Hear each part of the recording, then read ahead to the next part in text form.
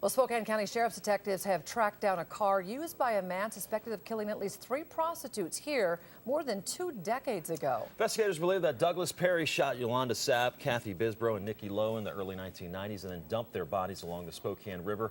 Jeff Humphrey broke this story on KXLY.com. Jeff, why do detectives think that car is so important at this point? Well, Mike, you know what happens when you start looking underneath the seats of your car. You can find a small fortune in change, some petrified French fries, and in the case of the car belonging to Doug Perry, an unfired .22 caliber bullet. Detectives say in early 1990, Doug Perry was cruising Sprague Avenue, picking up prostitutes in this white International Scout.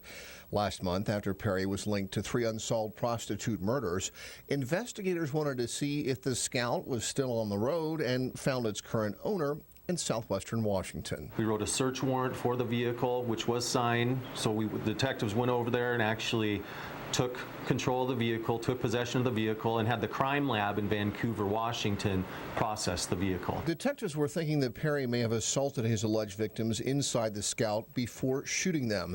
In the last moments, these 3 women were alive. Did they leave behind any clues?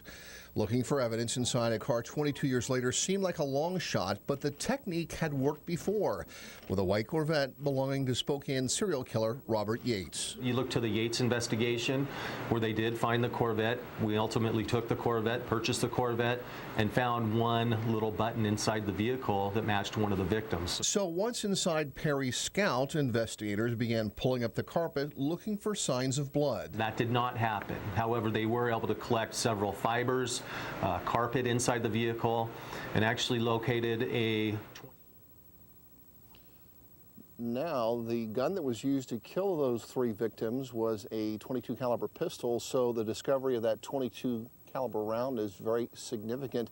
Forensic specialists also going to be taking the samples they took from the carpet, the upholstery in that Scout, and compare it to the fibers that were found on the clothing of those 3 victims. Meanwhile, detectives are waiting for a second sample of Perry's DNA to come back from the lab before charging him with 3 counts of first-degree murder.